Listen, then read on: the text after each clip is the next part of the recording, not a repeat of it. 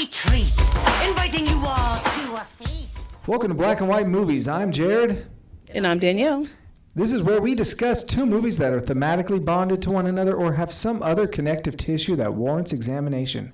We are your guides through this conversation. One of us is melatonin rich, the other is melatonin deficient, and we'll leave it to you, the listener, to figure out who is who. Today we are discussing Tales from the Crypt, Demon Knight, and Tales from the Hood. Kill him off like that, but bang. I see what I'm saying, pull those down. My gut screamed fire. The bullet told me shoot that motherfucker, he's a liar. I talk to my 380 like a bitch on the stroll. When niggas try to dick me, I haul off and let her hope. Kill them all. So Danielle, why don't you tell us what Tales from the Crypt, Demon Knight is all about? Tales from the Crypt, Demon Knight was about a guy who is the holder of this key, and he is selected to protect the world from these demons, and he ends up finding himself held up in this motel where he has to protect these citizens in some New Mexico town against these evil forces. Billy Zane's character comes in and he tries to basically kill everybody and seduce them into some sort of evil. A stranger is coming. Don't scream. And he's hungry for their souls. Just hear what I've got to say. Now, they'll need all of their courage. Like it or not, we stick together. To fight the most dangerous evil of all.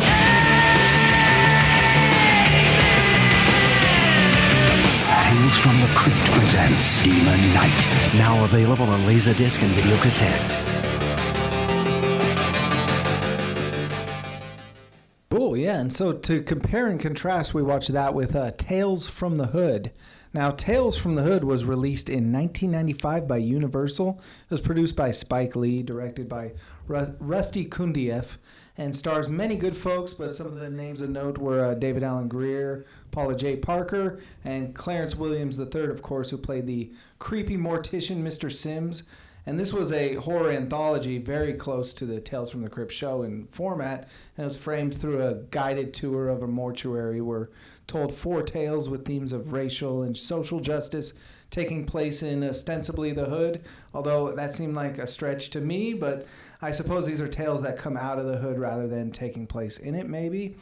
We get a story of a living dead, revenge, copicide, and a take on domestic violence, some killer dolls enacting justice for the history of slavery and white supremacy in our politics, and then it all kind of wraps up with this character, Crazy K or some Special K or something K, and then it has a big surprise. I'm not sure if we may spoil in our conversation or not. I know. Do we have to put spoiler alerts in our bio? Yeah, spoiler alert, I would say, is you've had more than 20 years now, so go watch these right.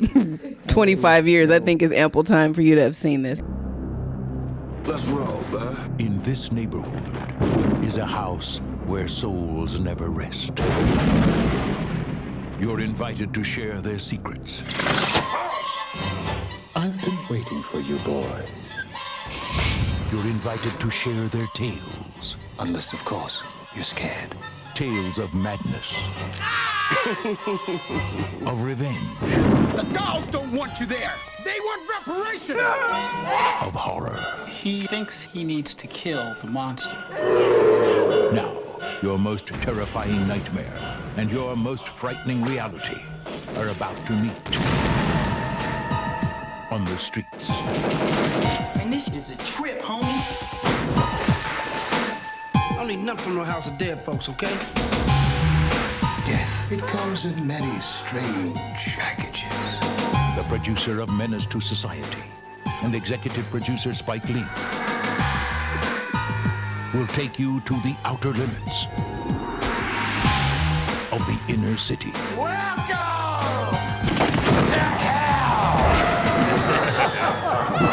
to hell. Tales from the Hood. Chew. Or be chewed. Hey, man, I don't need to be hearing this, man. Written and produced by Darren Scott. Written and directed by Rusty Kundieff. Maybe we should dive into right now the deep dive of Tales from the Crypt. Well, I think Tales from the Crypt, we probably should have analyzed one of the episodes from the HBO series, which is where this originated from. So these both came out about the same year. So Tales from the Crypt, Demon Knight was from 1995, but the series lasted from 1989 to 1996. So this was like at the tail end of its popularity. And so it kind of took a more of a campy version.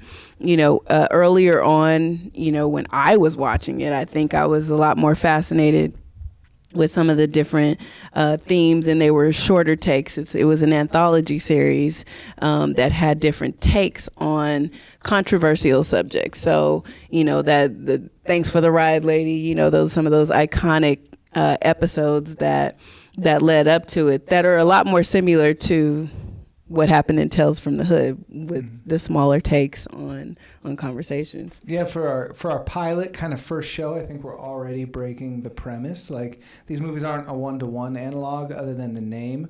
Tales from the Crypt, Demon Knight is like a long episode of the show rather than a horror anthology. But I think we're also breaking the premise in other ways because it's black and white movies where you're thinking one of our movies is going to be for one audience, one for another. But I was surprised. I haven't seen this movie since the 90s, and I was surprised kind of how much I didn't find problematic about it and actually enjoyed it. Like, I thought it was really the representation and some of the performances and actors in it were kind of responsible. Like, I loved seeing Jada Pinkett at this point in this movie, and she turns into the protagonist about halfway through, which I loved. Well, and that goes, but see, now I'm coming from a different point of view. I thought it was cool that she becomes a protagonist and is ultimately the hero or heroine.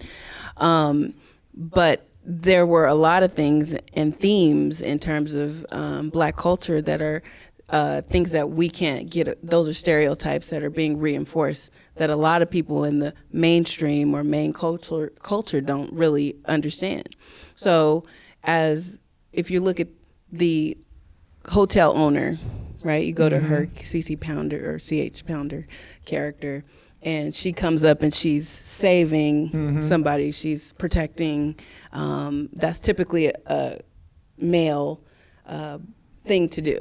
But Black women have been traditionally expected to be these heroines and to be protectors of our children, and so to me it was just kind of like running along a theme of strong Black woman, and there's no Black men around in sight in this whole entire movie. Yeah, right. But it was cool to see two Black women, because usually if you see one, I feel like the producers are checking a box. And it was cool to see two, and I felt either of them could have been replaced with almost any actor, like any race. Like, if you put in a white actor, it would have worked. So I think that's what kind of impressed me. And Irene and the character, and also the character Geraldine, were both very interesting characters. Who the hell's name is Geraldine? Is that not a real name? Have you ever met anybody named Geraldine? No, but what the hell kind of name is that? I don't run in interesting circles. I don't feel all right. So. That was a weird name. Okay, so maybe we need to look at who wrote the movie, or maybe well, I'm pretty sure it wasn't anybody Black. Yeah. But I'm just saying it's fine. Yeah. But no, that's not a real name. No. And it's such not a real name that it stood out to like whose name is that? This young person's name is Geraldine. What? I almost don't know how to say it back. Like feel like my memory's failing me. Is it Geraldine? Geraldine. But it worked for me. She.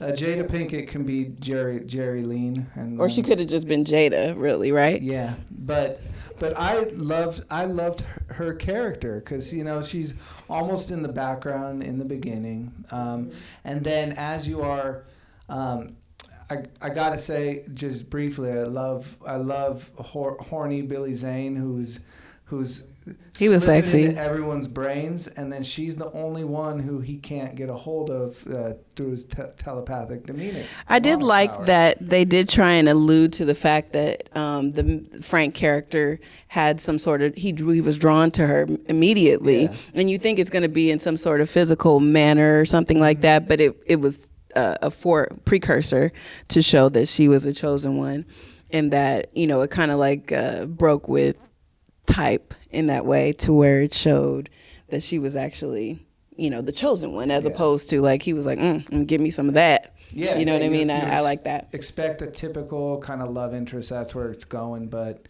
it turned into something else, obviously, where in the end we see her become the next kind of guardian of this key, which in itself, just to take a moment, the whole key thing is an obvious MacGuffin, is kind of ridiculous. But I like that they're putting a little Jesus in this movie and making biblical ties. And I thought that was a far stretch for a Tales from the Hood or Tales from the Crypt movie. I mean, I get it. It was probably, I'm not a big graphic novel connoisseur, so it probably was a direct take from the actual graphic novel itself. It looked like they were trying to implement parts of the book within the context of the film.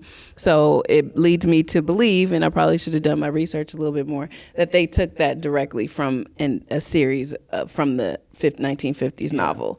And so for them to go that far for such a campy movie, I just felt like, okay, I mean, hey, the devil is a liar, because that was actually a theme in the movie, right? Like the devil will tell you anything that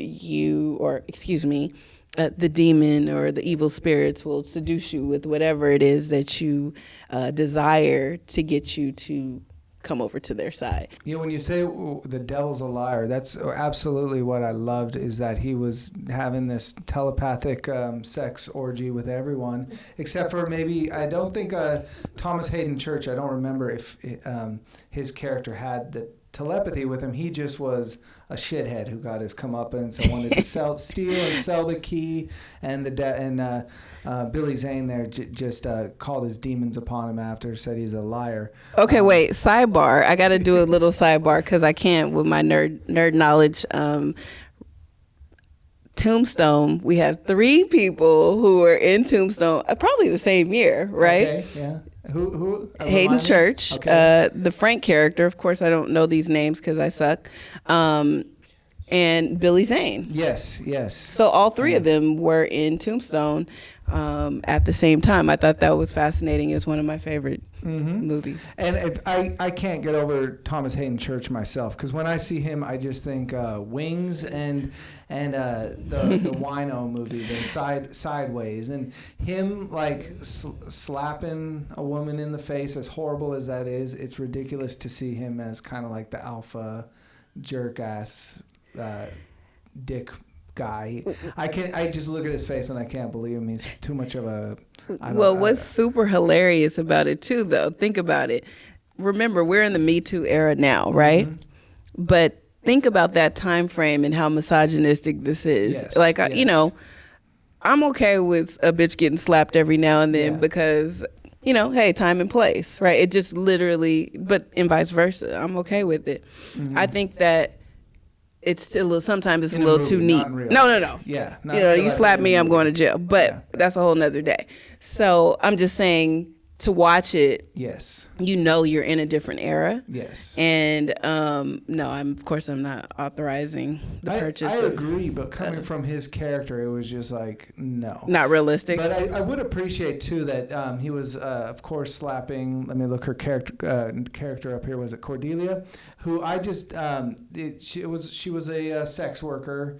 But I thought that they kind of handled that character responsibly too. Like she wasn't. Are you serious? She wasn't a bimbo-ish, which you thought. If she didn't act in any way where you'd think she got what she deserved. She was the heart of her character was a good person.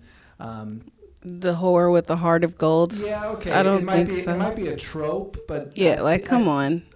Whatever. It this was, Disney Pretty Woman thing. No, we're not doing that. I thought the performance was good, and for a movie like this, I thought, in general, was emblematic of they handled the characters. They made choices that weren't the dumbest choice you can make with each and every character. I will say that this movie did improve as it went along. It was super corny in the beginning, and then, kind of midway through, it goes into the point of the story. The point of the key is revealed and how it started. So I think it starts to take a little bit of a journey. So I think a lot of horror films, which, do that sometimes. So it takes a little while for you to get invested in the characters and what's going on. And then it goes up. It ramped up for me. So can we talk about Billy Zane though? How horny were you for Billy Zane? Okay, so Billy Zane was everything. Oh my gosh, Billy Zane! I could put him right in my pocket. He is. Listen, I don't typically go that way, but you know what? Billy Zane was. He's everything. I was never a Zane guy myself, but I was dripping for him in this movie. Yeah, wasn't he? Because when he was all at the window, right? He had the soft light and everything. He was everything. Yes. But no, I totally love Billy Zane. I always have. But how about when the sponge came out of his mouth? Because when the sponge flips out of his mouth, I was like, what? Yeah. I don't know. I don't know what the inspiration was for that, but it was brilliant. Well, I'll take that moment. I'll tell you what the inspiration, because they say, and people who are religious believe that, people think of this like horny with big horns and evil skin as demon or demonic, but the devil or whatever was a seducer. Mm-hmm. He was beautiful. He had the most beautiful voice. And so how easy is it to, you can easily fall for those eyes if you're looking at Billy Zane, as opposed to somebody you're going to run from somebody who is scary and red and, has bat wings. And his character of the collector, he changed his script depending on who he was trying to seduce. So we have to mention the Uncle Willie character played by Dick Miller, who passed earlier this year. He's always delightful to see in anything, and Billy Zane. His character really changed a lot when he was seducing him, because he just wanted to seduce him with some corny ass grandpa bar or something, like a bar you can go to and hang out with women, and I forget, was he shooting pool or something like that? It was just it was just TNA all through it. But he told, first of all, let's start with the fact that he never aged. Because wasn't he old the entire time of his career? Yeah, Dick Miller, Yeah, he seemed to, when I saw him in this, I was like, gosh, I feel like I saw him in a movie before he died that he looked exactly the same. I was really shocked when they go back to Jesus times and they show you the war and how it gets passed, and then the whole turn where we learn what the key is. And he's putting the Jesus blood or the blood that gets passed down onto the doors and windows to protect him. Then when it gets passed on to Jada Pinkett, how do you feel about that? Did that shock you, that kind of reveal when that happened? Because I loved that reveal, and I loved when they passed that on. And then what happened next when she meets kind of the next collector? Yes, I loved it when she decided to take a different step than he did. So she wasn't trying to go run and rush to seal doors and windows, that she bathed herself in the blood. And she was like, I got something for that ass. You can come and get me if you want to. And so I thought that was really, really unique, that you don't see all the time, was somebody picking up and taking the torch and running in a different direction and zigzagging, as opposed to running straight through and following along with the same strategy, which clearly didn't work, right? You're absolutely right. He was like, let's lock it down and hide in a closet and we'll get through this night. And that she's so fierce when she just comes out soaked in blood. And it's as cheesy and some of the effects are in this, which is kind of delightful. That was actually really effective and kind of realistic. And I loved that it went there for the final act and she tries to take him on. Yeah, I was impressed. That's why I said it kind of ramped up. And whereas you're like, oh my gosh, these corny little zombies running through the windows looking like the Crypt Keeper, and then it goes into less of that and more of the let's get the seduction of Billy Zane's character. Let's see how we can fight evil, which I think we're all trying to do anyway, right? Thoughts about this movie? I think we both liked it. Well, I think I didn't like it. You didn't like it? No. Oh, I thought you liked this movie. No, I like the series. I love the series. So you prefer the series where it's... did this kind of feel like a drawn-out episode of the series too? Yes, and I could take it in a chunk like the series calls for. So I think this is the perfect example of when you take a vignette and expand it and make it go on too long. Mm-hmm. So they could have got down to the point really quickly, in my opinion. So I appreciated the series just because of the fact, number one, I always loved, this was when it was appointment TV time when I was a kid, right? So you had to be there on Saturday night to watch Tales from the Crypt. You knew you were going to get 3 stories to fill you up until the next week. So this one was kind of disappointing where you're like, okay, I'm ready for this to be over if you're going to be in this type of format, and I want to see the next story. And, so for me, I just felt like it was a little too drawn out. I did not like the movie version. I love the series, so I watched it, and I've seen this a couple of times. But for me, no. Well, I'll play devil's advocate, or we'll say Billy Zane's advocate, and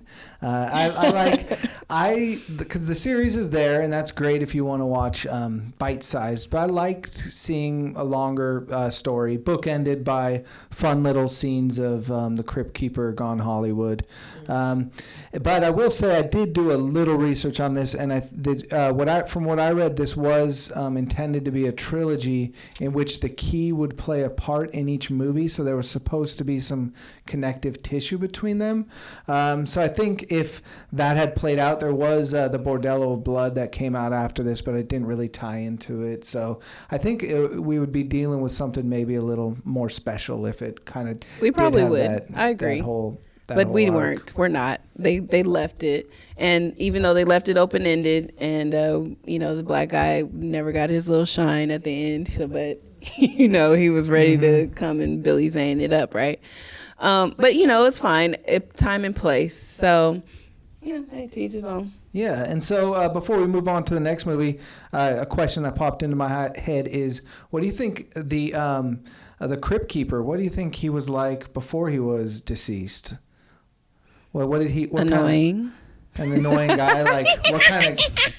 But I think that laugh came with the rigor mortis. About what was he? So you think his laugh was more like? What was he when he was just a living guy? Interesting. Huh. Maybe the first question is, how did he die, right? Yeah. So maybe because why are you doomed to forever tell these scary stories? Yeah. I don't know. It's a question with a question. I don't have an answer for you. But I'll think about that. We'll marinate that. Are we ready to talk here about Tales from the Hood? Tales from the Hood, cult classic. Classic. And it was great to watch this movie again. I hadn't seen it since the 90s, and actually my introduction to this movie was the soundtrack, which I absolutely loved. Then I was like, well, I better watch the movie since I like all these songs. Most of them aren't in the movie, but I love that this movie holds up. Inspired by. Yeah, this movie really, I think, holds up in some ways. In other ways, not so much, but it is more a true anthology story like what you were looking for with Tales from the Crypt. So maybe we'll talk a little about each story here, but what's your overall impression of the movie?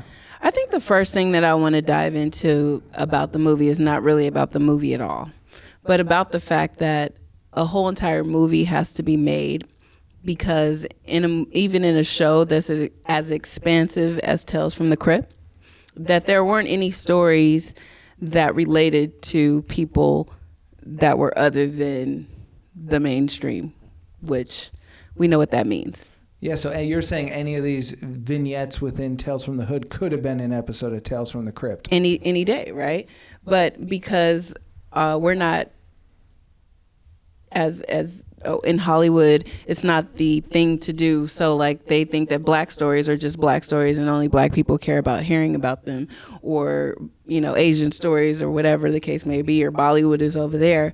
But I think that we live in a world, maybe we're in a bubble because we're in California, that we see other people all the time. And easily, very easily, if you're going to do an anthology series, why not include all of the people that represent this?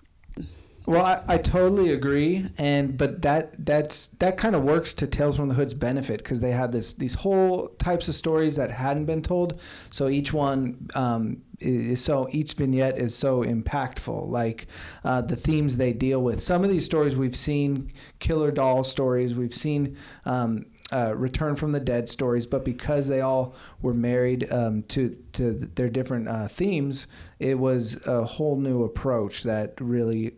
I think they all have something to say even now, more than 20 years later. We're still obviously dealing with police killing black people. So the first story where a Professor Morehouse gets killed and a cop protests that and falls into depression, which precipitates a Back from the Dead revenge story of killing cops. Today in 2019, it's just as it has the same exact message and just as impactful as it was back then. Yeah, I wrote down the themes of Tales from the Hood, and this could read today, which is actually pretty fucked up when you think about it, because nothing has changed in 25 years or however long it's been since this movie has happened. So if you are still if you're still dealing with matters of police corruption, police brutality, white supremacy, child abuse, reparations, gangbanging, drug dealing, drug abuse, either we're fools for thinking that things will ever change, and we need not bother to fix them, or somebody is pulling our coats and tricking us into believing that these things can change, right? So I don't know. I just think that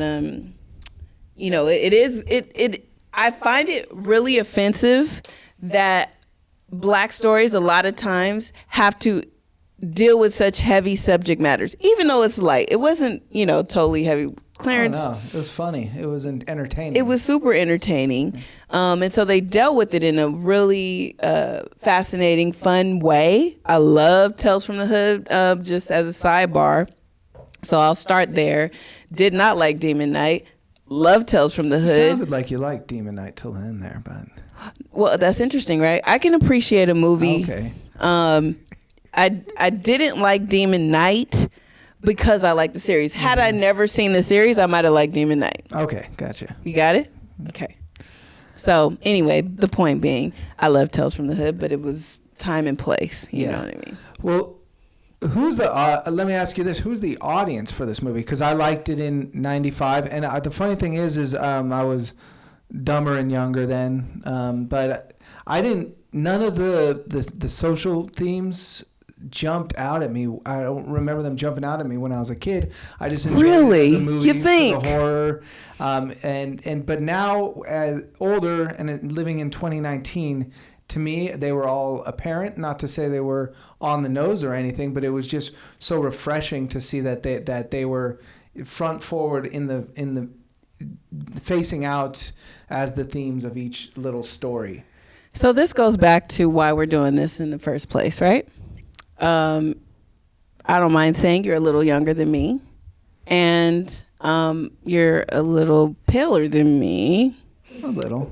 And so it probably didn't jump out to you when we saw this. It was my first year of college, and when I saw that, it was very poignant to have a horror film tackle those themes in a manner that was very close. So let's think about it, right? What happened during that time? So this was the Clinton era, or right after, and right after his election. And so you're dealing with things like, the creation of Biden's law. You're dealing with the things of Rodney King. You're dealing with an era that has come from Latasha Harlins, and a lot of things that are happening, particularly in LA. This was LA based, right? Yes. So you had gangbangers, gang violence. And so coming from LA, coming from this era, it was very specific to a reality that I understood. You're coming from the Bay Area, and people are coming from other sides of the town, and so it doesn't have that kind of connectivity. So it was very close, but we loved it because it was so very poignant in terms of it was so fun in terms of seeing Clarence Williams, the shit. Yeah, he was a lot more enjoyable to watch than the Crypt Keeper. He was absolutely, especially towards the end. I couldn't get enough of him there. Clarence Williams III was the shit, bomb diggity. Yeah, more Mr. Sims. So yeah, did any particular story stand out to you? Because I thought they all kind of had their strengths and weaknesses. But what struck me is this to me was as much speaking to a critique of the white supremacist culture, but also there was some self-critique I felt to black people as well. What did you think of that? Well, I think there's always, unfortunately, there's always going to be respectability projections in a film like this because of the subject matter. So it ends up being very polarizing in many ways. Whereas, in the black community, traditionally, whether you are a mayor or whoever, you live right next door to the gangbanger. That's just how it is because there just aren't so many people, right? And so there's nuances that doesn't matter. So within families, you have a certain dynamic that is really married together. So I thought that it dealt with themes very interesting. Like you said, it did definitely try and point out hey, this shit is not great, don't do that. I thought one of the story that I found to be the most universal, I guess, was the monster. That's the story and I the was child thinking abuse. about. Yeah. I thought that was a very very good take on how child abuse, how children deal with it, internalize it, and what it looks like. It reminds me of the movie Monsters, actually, the Disney Pixar film, believe it or not. Maybe they stole it. I don't know. Yeah, Monsters, Inc. Yes, yeah. Very similar. Same thing with Imaginary Friends, so Drop Dead Fred. Yeah. Very similar in that way. To just how people deal with trauma. Yeah. And so I thought that was very poignant, very universal, which again goes back to the fact that could easily have been thrown into an episode of the original version. Yes. Right?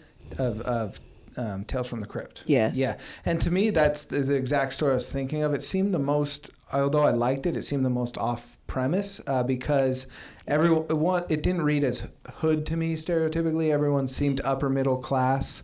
Everyone seemed, by today's standards, rich even.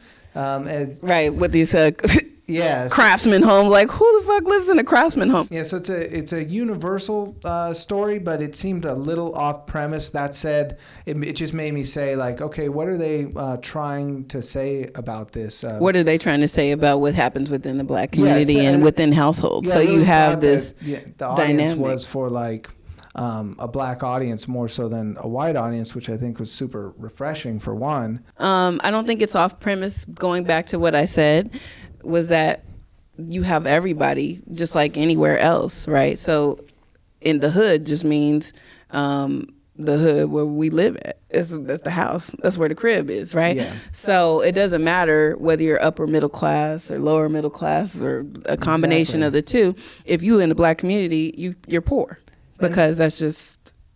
Thank you to the institution of slavery for that. Don't get me going down this road. And Too Short said, money in the ghetto ain't nothing new. There you go. And And also out of the hood was when we spent some time in the governor's or would-be governor's mansion. Yes. In the story with the analog for David Duke played, I want to say wonderfully, but played well. Specifically evilly by Corbin Burnson. And that was talking specifically about the legacy of slavery, where he's being tortured, or his life is threatened by some dolls coming to life that were dolls of almost Niglets. Yeah, that is what I was going to ask you. I was going to say, Danielle, could you tell us what the the Duke calls these little dolls? He kept calling them little Niglets, which was hilarious. Okay, so in all full disclosure, I will honestly tell you that when we were kids, that was probably the segment that we didn't like. I liked the least. But as an adult, I understand it a lot more. Yeah. I didn't understand it, and I remember skipping it several times as when we were younger, when we were kids. How offensive is it that I couldn't help myself from laughing when Corbin Burnson tears down the hall screaming that word at them? Okay, that shit was hilarious. Are you kidding me? Listen, everybody needs to stop with this politically correctness. When between Mr. Sims and the shits and Corbin Burnson with these little Niglets. Oh, hell, that was hilarious. Are you kidding me? Knock it off. Everybody needs to raise up. And I thought it was funny. And what I loved about this particular story was, unlike the Democratic debates, they were not afraid to use the word reparations in there. And I loved the old farmer character, Eli was his name, saying they want reparations, which seemed, very coded to me. He was obviously they could have used the word revenge, but he said reparations. So I immediately thought that was great. And then Corbin Burnson brings it back, where here's this politician screaming to the face of black people, no reparations, no reparations. And this was 1995, and we're barely being able to talk about reparations now. So I just liked that. But look at this though. So you pointed out a very, very interesting point. Think about this. You can barely say the word black. It has to be people of color, diversity. You can't say anything that is specific to black people, which I find to be ridiculous and offensive, because none of these advancements, this whole shit right here, this whole beautiful place wouldn't exist without the legacy of slavery. Yes, yeah. And so for me, I found it to be refreshing. That's why I said for me, it just that particular segment rang true. But it goes back to what we're talking about initially. Let's go ahead and start to look at who made this, right? So we're talking Spike Lee. Mm-hmm. We're talking Darren Scott. This is a black producer, which I actually went to one of his directing workshops one year. He was great in helping in that way. You have black directors, and you have people who come from a particular place who aren't afraid, to approach those subject matters head on. So I think that, a lot of times if other people are writing for you and you get names like Geraldine, Geraldine, you're, because that sounds black to them, you know what I'm saying? Black sounding right? caricature. Yeah, okay. Whatever the hell, then you're not going to get that kind of honesty. Mm-hmm. Yeah, so the lesson is, if you give right-minded people some money and power to make a movie, you might get these interesting injections of truth into honest takes into your movies. Do we want to talk about the Crazy K segment, kind of like the last segment that rounds things out? Did that part of the movie really affected me? I want to know how you felt about it. So this is probably the part that I said was the most specific to LA. Gang culture, gang violence was at its height. It was probably on its downslope at that time, and a lot of murders, a lot of death. I grew up with a lot of losing friends, schoolmates during this time, and so for it to show so intentionally the cross between how things have progressed over time and how they haven't changed. Remember, we just sat here and talked about this movie is 25 years old, yes, and we're still talking about the same themes. It's a very interesting take to say, you know what? There's going to always be a special K. Whatever the hell is Crazy K. Crazy K. It's a special K. Great cereal. Crazy no, K. good cereal. There's always going to be that type of character. And there's going to always be this type of rift. It's, we live as human beings, we thrive on good guys and bad guys. Yes. But that particular segment for me is why we don't have, and I have to kind of put this a little bit, I have to reference a newer movie from the Joker, which is why we don't have a black Joker. Because that's too scary. Right? Because think about it. If you allow the anger of a gangbanger or somebody who's been disenfranchised to become popularized, yes, or to be acknowledged, then you start to have a problem, and then you do have to have the conversation as far as, okay, wait, you can't just in one swoop just dismiss gang violence and gang culture without addressing the reason why it exists. Yes. Yeah. Right? So for me, that's probably was, it made it a little bit more serious. Yeah. Kind of how Demon Knight yes, made that harsh turn. It took a little bit longer to get there. But when it took a harsh turn, I think that one stands out to me as the most out of character of the Tales from the Crypt type, yes, than the others. Yeah, it did. It felt like that could have been a whole movie to Yes. me, because you didn't really get. I could have used more backstory on all the characters in it, but what was powerful to me is first that when he's in the cage and he's confronted by the Nazi or the KKK guy, total white supremacist guy. But what really affected me was when they'd have the moment that's similar to Clockwork Orange, but even more badass because they're spinning him in circles while they're showing him these images of contrasting of lynchings, white supremacist killings of black people, but then with gang violence. Now, I don't really know how to feel about this sequence because I found it very righteous that they were showing the one kind of violence. Like the white audience needs to see that stuff out there of the lynchings and stuff, especially when the camera pans to the white girl laughing at the black man hanging. But I'm going to say I disagree though with that. It seemed like they're making a false equivalency of gang violence to white supremacist violence. I don't think they're an equivalent thing. I think it warrants a much broader discussion, and that's one reason I thought that could have been a longer sequence. But even having that tension for me and not necessarily agreeing with it, I still think the sequence as a whole was very effective.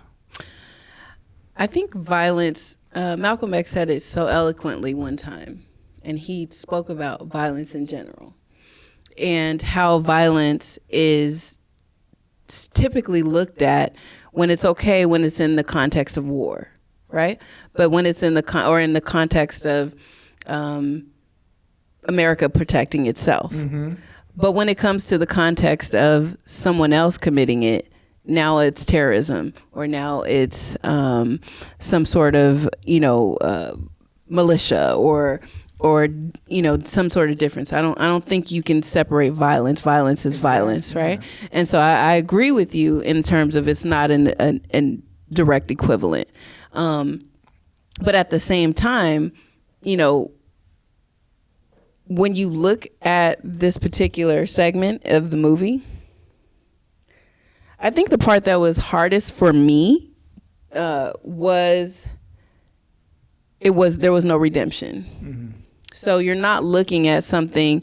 It was expository, I guess is the word. I don't know if that's the word, but it was just for exposition as opposed to corrective. And I don't know if the filmmakers have any responsibility to correct anything. Yes. But if you're going to show something as harsh as that, it has to have. I guess the redemption would be that they die at the end, right? Yes. So you died. Yeah. But I don't know if that's a fix. It's kind of what he said is basically that the cycle continues. Yeah. So you killed him, but then their homeboys came and killed you, implying that whoever killed you is probably going to kill the next person, and that cycle continues. So I think it's just kind of like a mirror. Yeah. Yeah. More than anything. Yeah, and that's well said. And I just think that for me, I look at the gang violence as a symptom of white supremacy as much as the lynchings are. So it's the message came to me as a little harsh, but it's just overall as this movie to me is saying a lot more than the genre would demand it says. And it's definitely giving a critique out there that white people need to hear. But I really appreciate that it knew its audience. It was a movie made for black people, and it wanted to not just be a hell yeah, let's watch cops get killed justifiably, but it's also giving some self-critique. And you alluded to the kind of twist ending. So let's just say it loud. What happened after when he found the shit? What happened after we see Crazy K's redemption kind of fail? What's the reveal and what happens? Oh, so we finally get to the shit. You'll get the shit. You'll be knee deep. And so Clarence, Mr. Mims. Mr. Sims, yeah. Mr. Sims, right? I'm just messing it all up, right? First of all, I'm not on the first name basis. There's a lot of characters to track in this movie.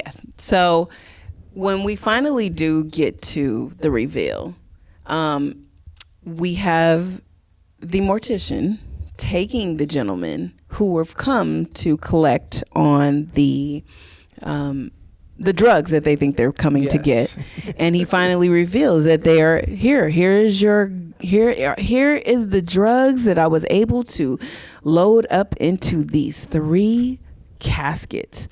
And so, in very dramatic form, these 3 gentlemen reveal themselves. They've found themselves laying there within the caskets. They are dead. Yeah. And their spirits have come to hell. Yeah, they've been collected by... They have been collected, yes. Yeah. And so a very interesting reveal at the end there. I don't know what it means.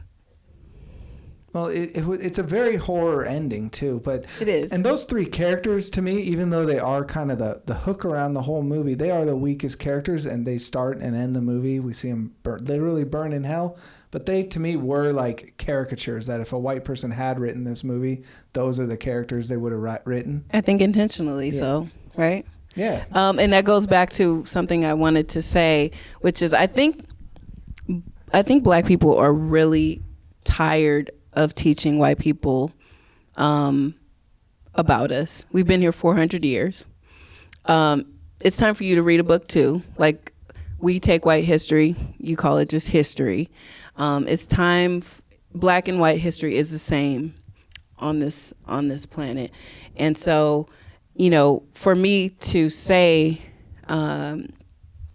"Hey, this is how we are," I shouldn't be responsible for telling anybody that, and especially people who've been here as long as I have. So I didn't get here by myself, and so you have the same responsibility to your brother, which is me and you, right? We're brother and sister here on this, in this American, so-called American experience. And so I think this movie and movies like this have to find a way to creatively somehow entertain people into thinking a little bit further beyond the actual content and look at the context. And so those 3 characters being so stereotypical was to kind of point out how ridiculous they were. Yeah, and the only other thought I wrote down is if I zoomed out and looked at these movies together, is I was thinking about Jordan Peele, Get Out, and Us, and I remember when Get Out came out and they were like, oh, finally a black horror movie, and isn't it great? And then this movie kind of flies in the face of that, is that you had this 1995, you had this great black horror movie, but then even Demon Knight got me thinking about another movie where you have people locked in a house under siege from monsters, and I thought of Night of the Living Dead. Which was, if you look at that is a black horror movie. It was made by white people, but so what do you think about the horror genre in general?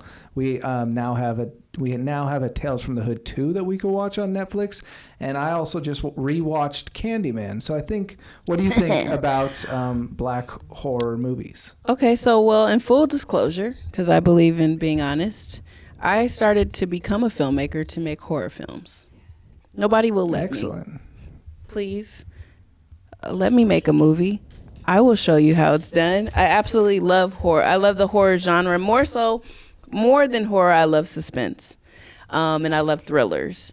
So I think that is something that it is seen that black people and black women in particular aren't drawn to, which is completely false. We love the genre just like everybody else. But yeah, I think that it's sadly lacking. I've written a couple of horror films that some do have a very political, or black slant to them. But most of them are just, for the sake of the genre. You know what I mean? So I think that it's something that is lacking because they can't put you in their little box. So if you look at the streaming services, they only want to deal with things that particularly reach an audience. And so since that audience hasn't been tried, they don't want to go outside of the box to find out whether or not, that is something that will connect. It's only when something catches fire, like a Jordan Peele, with his Get Out, or I'll leave commentary for those two films for another day, way down the line. But I think that when those things catch fire, then all of a sudden, like, oh, black people were into horror. Now. Like, yeah, we've been into horror. Nightmare on Elm Street, you know what I mean? Like, we like it just like y'all did. So, I don't think it's anything new. I think it's just new to them. Yeah, so someone give Danielle here some money, because she's ready to make give me a couple dollars. Throw me some change. Or even better. So what are your final takes on Tales from the Hood? I will totally watch this again. I just, I think it was a good reflection for the time, for the era. It is definitely specific to an era, but I enjoyed it. And I still enjoyed it watching it again in 2019 as I did in 1995. So yeah, it's a fun watch. It is funny. It's entertaining. Some of the effects are delightful to watch. Both of these movies had mostly practical effects, that as far as I can tell. That cheesy burning in hell was the best, though, wasn't it? I loved it. And when David Alan Grier's body's getting folded up, and so it was all very effective. I'll say the one thing that wasn't so effective was, for some reason, the sound editing in this movie is god awful. Like, anytime there's a punch, it just sounds like wet meat slapping the wall. Which you can especially tell in the scene where David Alan Grier is kind of fist fighting the teacher, and you get these demon. No, the blood. No, did you see the super red candy apple red blood? I was like, what is this? Yeah. So y'all don't throw some magenta number 9 in there or something. I can't. A little bit more budget in those regards, but ultimately, it seems like we both love this movie. Yeah. And zooming out, how do you see this movie stacked up against Demon Knight? Well, I think it's not fair. I think that's not a fair assessment because it was a homage to the series directly. So if I were going to compare the movie, I would compare it to the series, and I thought it was a good homage to the original graphic novel as well as the series Tales from the Crypt itself. And let's not forget to give our shout outs to Elvira and as well as Twilight Zone, which were also some of my favorite Tales. What was it? Tales from the Dark Side. Yeah, all these great anthology series that led up to this. So I think it was a combination, a great culmination of all of those things. Demon Knight being probably my least favorite of all of these, but I respectfully say I get it. I love both these movies. I will say I think Tales from the Hood is the more effective, better movie if I'm up against the wall. But I agreed with your original analysis that it'd be great if we lived in a world where all of these stories within Tales from the Hood could have been stories in a Tales from the Crypt. Wouldn't that be dope? Yeah. Oh, so let's talk about that real quick before we get out of here. There was a reboot in the making. M. Night Shyamalan was going to take it on. It was rumored for the last 3 years, but it got kind of dead on arrival last year. So come to find out that it's not going to happen.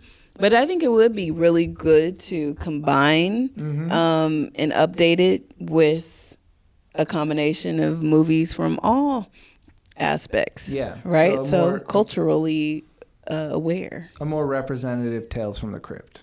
Yep. Yeah. I think that'd be even better to see than say just a straight Tales from the Hood show, is if we could have that horror anthology show that everyone was invited into the tent for, kind of. Absolutely. And that reflective in there should be writers and directors and not just some sort of not just some tip of the hat to representation, but actually have everyone behind the scenes be very diverse, so you get these stories that speak to all of us and represent all of us. What do you think is the wokest and the wackest of these movies? You first. Well, I think Tales from the Hood is the obvious in the wokest. It is deals with themes of social justice, racial justice, dead on, and so it's obviously a woke movie. No arguments there. However, I have to tip the hat to Demon Knight because it does the flavor of woke that I really like, which is representative and without being obvious. It's not, you see so much content these days where they put in the obvious transgender character or black female and you still have a white person writing it, or it seems like it's there because it's trendy. And I appreciated that with Demon Knight, you get these characters that them being black isn't all that there is to their character. There's so much more behind it. So just to fit our format, I'll say Demon Knight was the wackest, but I think these are both enjoyable. The wokest. Demon Knight, I'm saying, is the wackest. Yeah. But it's still a woke whack, and of course, Tales from the Hood is the wokest. So what do you say? I will have to agree with you, Jared. I would say Demon Knight is the wackest, and Tales from the Hood was the wokest. However, like you said, I do agree with the fact that thematically it wasn't on the nose, and it did take risks, and it did force you to think a little bit further outside of the box, even though it was in a campy, cheesy kind of way, which is very different than say a Night of the Living Dead or a zombie apocalypse sort of movie that just is like kill the demons, shoot them in the eyes. It took it a little bit further. Yeah. And so with that, Tales from the Hood, it went there. And sometimes it went a little hard. So sometimes I think it could have been a lot more subtle. So in that same manner, it was a little too woke, and it could have left some things meaning let people think. I think a lot of black movies do try and force you to give you every single thing. It doesn't allow you time to think. And so it ends up becoming really polarizing. Yeah, it's almost like you're gasping for air after being your head held underwater for a long time. Yes. So. Yeah. Cool. So can I review? I pulled a few reviews off of Letterboxd. Can we see what some random weirdos out there thought? Yeah, let's do it. So this one is I have a guy here named Stephen Ane. That's his screen name there. And what I like about this review is he opens by referring to who I presume is his lover or wife, Jen. So I'll just take it from there. I liked that. So now this is for... I'm quoting Stephen Danae for Tales from the Hood. Tales from the Hood. Okay, And I just wanted to make sure. His thoughts on Tales from the Hood. Woke up to Jen watching this. Missed the first 10 minutes or so, but I'm still counting it. Simultaneously extremely current and extremely dated. Everything about this is clunky and cheap looking, but it's unapologetic in its politics and aims. Completely unsurprised to see that Spike Lee produced this. He's had it out for David Duke for a long time. Most of the acting in this is terrible, but Clarence William III as the host of the movie in the framing story is delightfully unhinged. So many of Jordan Peele's absurdly intense characters in Key and Peele feel like direct descendants of Williams here. That was a pretty good yeah, I kind of got mad at him at times, but I kind of agreed with him on some of those points. I agreed with him on all of those points. There's nothing he said that I didn't agree with. That was interesting. You know, I gotta say, I don't mind the dated effects. Some of those, I will take a how he put it, dated, clunky and cheap practical effect over bad CGI or even good CGI any day. Well, I do have a problem with daylight in the darkness and unmotivated life sources. We didn't get into filmmaking style, but you know, I keep saying time and place, so I'm allow it to live for its time. In terms of horror, I think it would be totally different. It would look different now. So it didn't stand the test of time, but neither did The Matrix. So what are you going to do? Cool. So then we have a random weirdo named Brian Wallinger checking in on Letterboxd. And he did not wake up to Jen watching the movie. He just watched this movie motivated entirely by himself. But he watched Demon Knight. Okay. So let's hear what he thought. He said Demon Knight is a dark, humored cult horror film based on the previously short-lived but long since remembered Tales from the Crypt television series that comes fully equipped with all the trimmings, a simple soundstage set designed immersed with a colorful character format plus the impressive practical effects all add up to a campy 1990s classic that remains heavily overlooked and misunderstood. It is a film that creates a conception of an illustration long before its time, involving a female African American in a pivotal role of the film played in an early role by Jada Pinkett Smith, although she doesn't begin as the film's lead. Film transitions itself through the character development and then systematically operates itself to kill off those characters, leaving only the lead played by William Sadler herself and the film's villain played by a quirky yet charismatic Billy Zane. Demon Knight, much like the show, opens up with a prologue, much like the show hosted by the Crypt Keeper voiced by John Kasser, that sets the tone of the film, coming as a film that doesn't try to take itself so seriously, knowing that the ideas of it are completely outlandish. Are they though? No, I don't know. That seemed like a nice recap. It was a good recap, and shout out to Billy Zane. So, you know, not for nothing. I was honestly trying to find bad takes on both these movies. Like, I wanted to find someone being racist or just stupid, but they weren't really out there. So I think people in general kind of... I think the horror audience is smart than people get. I was going to say, I think you're right. I think the horror genre understands that it's reflective of a fucked up world, right? And so it doesn't bother with the racist epitaphs that you might, you know. The trolls have other things to do. Yeah. They're in politics right now. They don't have time for that. And horror... Yeah, horror. They has the prejudice in people's minds is horror movies are stupid or exploitative, or the audience is kind of dumb, and to some extent, sci-fi gets that as well. But in general, when the horror movies we see, these two movies included, often are just approaching important stories, important themes, just from a side way that's often exhilarating, fun, and scary. Yeah. Did you find any of these episodes particularly scary? Any parts of these shows? shows? Never chilled or thrilled or jumped in my seat. But I appreciate that there's not didn't seem to be jump scares necessarily, but Yeah. these kind of both fit in that box of there's a flavor of horror that's the comedy horror. That's its own thing. And these kind of both fit in that box more or less. Cool. To me. Cool. So we want to talk about the movies too in like a below the line discussion, above the line discussion of actually who's behind the camera, because for me it's just as important of who's making the movies we consume as to who's in front of the camera.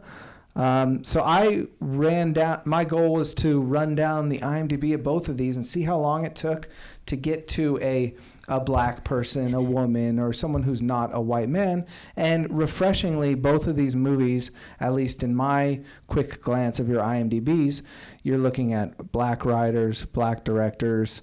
What do you think? What's your take on the cast and crew here? Well, I mean, clearly Tales from the Hood is a black take on a movie.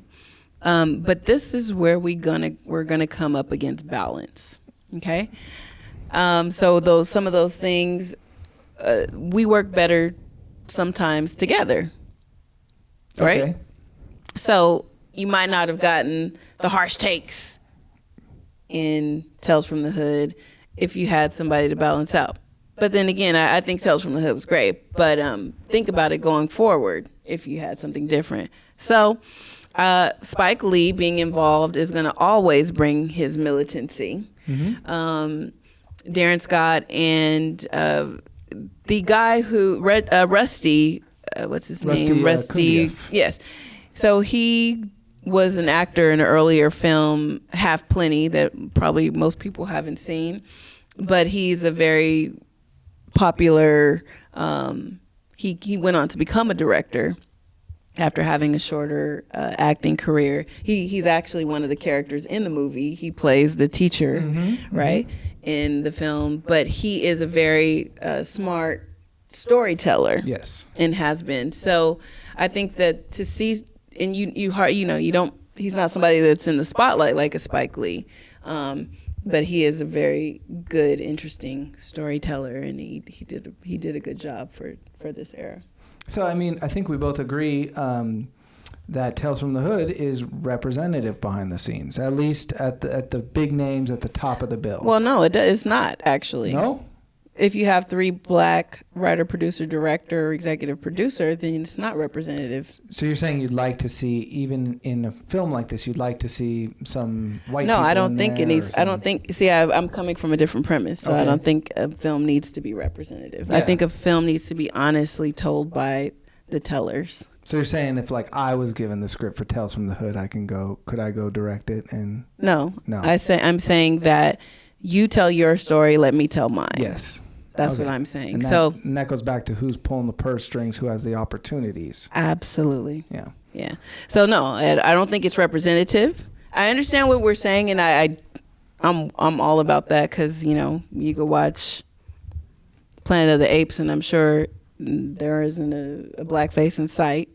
Well, I'm just offended they don't have orangutans and chimpanzee directing those movies. Yeah. Well, why are you bullshitting? But I'm just saying that it clearly has a theme. Yes. That suggests a racial context. Yes. But there's no. You look behind the scenes, which I was very fascinated with Planet of the Apes, which is why I bring it up. Yes. And so I saw a lot of the behind the scenes, and I was like, Jesus, there's literally no one with a brown face anywhere near this movie, and that's disappointing to me. Yes, yeah. And so what about Tales from the Crypt, Demon Night? Yes, so Ernest Dickerson directed Demon Night, which is very fascinating. He's Spike Lee's go-to cinematographer from his iconic films from Do the Right Thing all the way down to Malcolm X. He directed Juice, cult classic. So he is a wonderful director, filmmaker, but let's see who produced this. I think it was great that this movie didn't. If you watch it, and you asked me, I would have said anyone could have directed it. A woman could have directed it. A Asian man could have directed it. Anybody. So it's good to see that it was directed by another protege of Spike Lee, a black man, and so in that case, it is kind of representative, at least. Yeah, I guess so. I mean, I think our writers are probably like old Jewish comedians or something. But I'm just guessing here, but I don't know.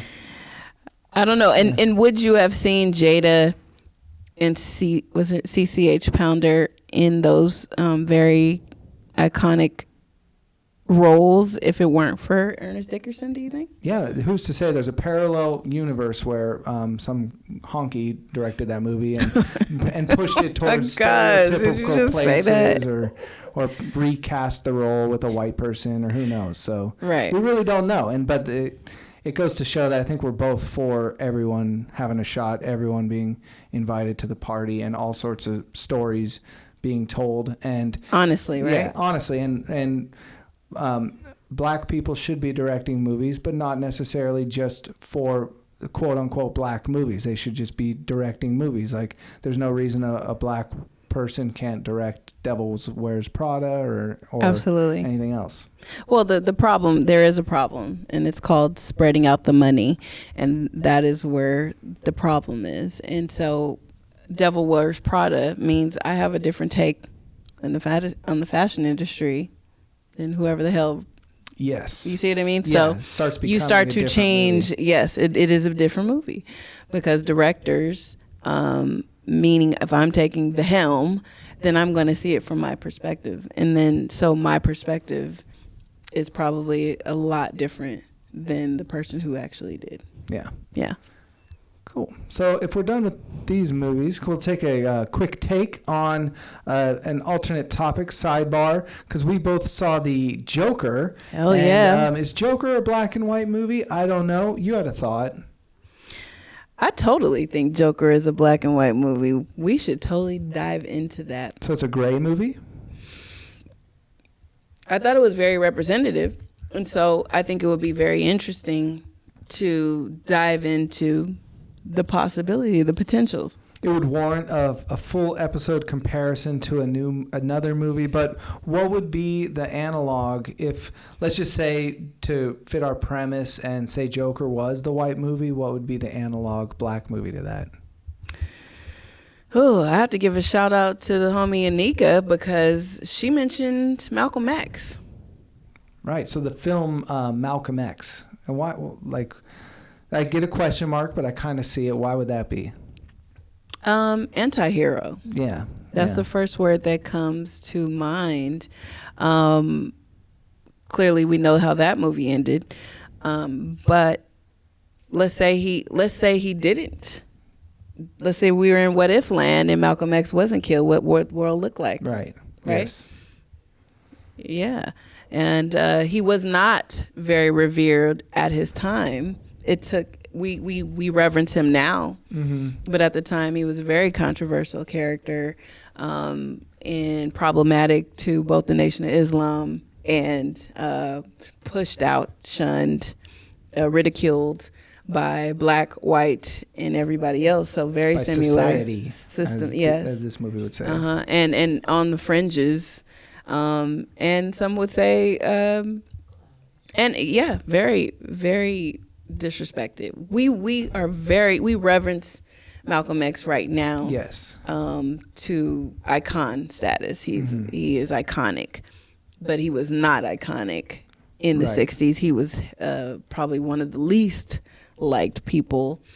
If you learn to hear it from the black people, you know, who were on the opposite side, who were on the side of civil rights and Martin Luther King, you would hear different, even though during that time they became a lot more closer together in the end. Two tales of two men, both living in society, both going up against the establishment and the perceived ills of establishment, both misunderstood. So yeah, so that those maybe one day day soon we'll do a deep dive on both of those.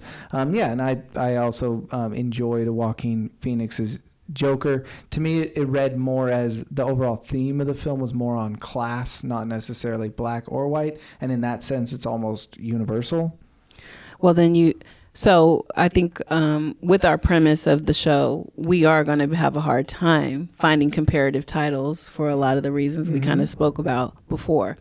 The implication of doing a Joker and changing that to a black character means something totally different. Yes. Right? Yeah. And so that is very dangerous. Even though this is dangerous, the Joker, in suggesting that you should rise up and do something about your place in this society and not accept it.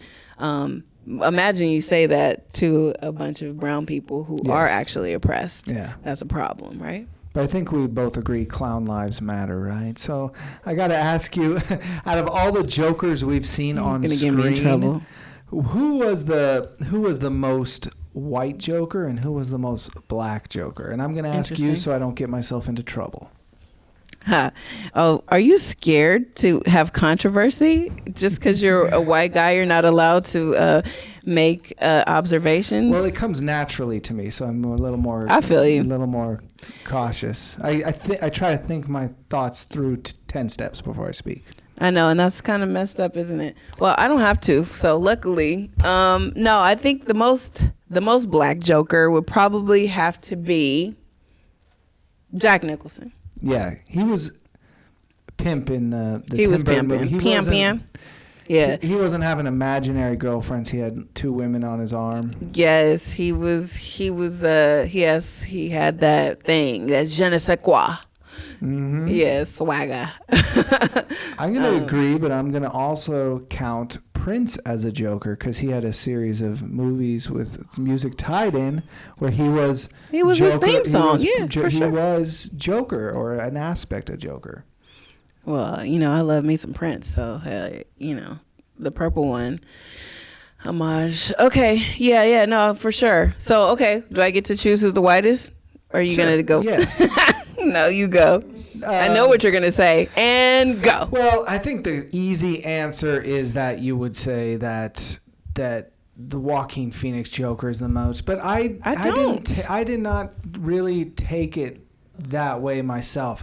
I got to say, and I haven't seen Suicide Squad, but I got to say I feel like it's Jared Leto. He seemed very online. Him or Heath Ledger, honestly. Heath Ledger, I think, for sure. Maybe I'll talk about Heath Ledger just because I haven't seen the Jared Leto one. But Heath Ledger was he had that sense of undeserved privilege, and that he was the badass that the world need to revolve around, that a lot of people imbued with white privilege kind of take on.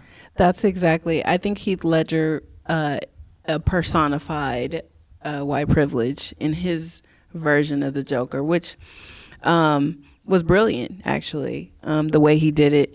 And because he unapologetically, he was the most sinister. So let me reel this back, because some things get told in context. But if we're talking about white I want to make sure I give a disclaimer, because if you're talking about white supremacy, the shit is sinister. Okay, I'm not talking about white people. I'm talking about a trope or a thing, a positionality. I think white supremacy is evil. So for him to be so brazenly and kill with impunity, I definitely would hold him. I think that Joker's character ended up killing for a reason, which if there is a reason to kill, he probably had more of a, you had an attachment to his death cycle than you did with Heath Ledger, which was indiscriminate to me. Yeah, anarchistic, and without reason that's other a than different watching the world burn. White supremacy wants to watch the world burn. Yes, because they don't have their way, for sure, right? Exactly. So that is the difference to me. So Jared Leto was kind of character to me. So I saw Suicide Squad, which I thought I enjoyed a lot, but he was more of a character of the Joker than the Joker. He was a person playing the Joker as opposed to being the Joker. I think Heath and Joaquin decided they were going to be the Joker. That is the difference. Yeah. Even Jack Nicholson, even though, his was charactered as well, but I think that campy version of Batman called for that. So no disrespect there. And I'm gonna just tip the hat while we wrap up the Joker talk to Cesar Romero, who was an actual POC. He was the Joker. So the fuck is that? POC. He was a POC. He was a Latin lover, Joker. Why can't he just be Latin? Why does he? What is this? Can we? Okay, wait. Hold on. You're right. We're done with the people of color. On this podcast, we are not going to call anybody people of color. There are no people of color. We're going to call him Latin. Okay, he was a Latinx person. Okay. Well, what is a Latinx? Latinx is the preferred nomenclature of today. Oh, he was a Latin person. He was a Hispanic man. Was he Latin or Hispanic? What is it? I don't even know his country of origin, but he was the Joker. He was in performative white face, green hair. Okay. So if you want to tell us what you thought about these movies, and if you want to cancel me, find us out online. We are on Twitter, I assume, at Black and White Movies, although that may be taken. Yeah, we haven't even set up you can go to us directly. What's your Twitter handle? Oh, I'm Velcro Fathoms on Twitter. I think I am at A Peachy Dream. Yeah. A Peachy Dream. That's right. Okay. A Peachy Dream. A Peachy Dream. And we'll have links to any other as we get more online. As what's our next episode that we'll be talking about?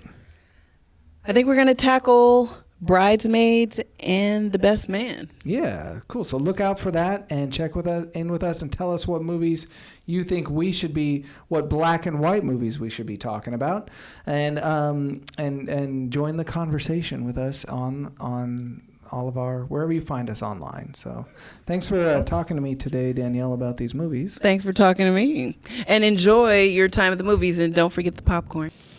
Evil lurks in the mind of a madman. I have to call Spice One to put in work. Yeah, straight motherfucking East Bay killing the house. Spice motherfucking One.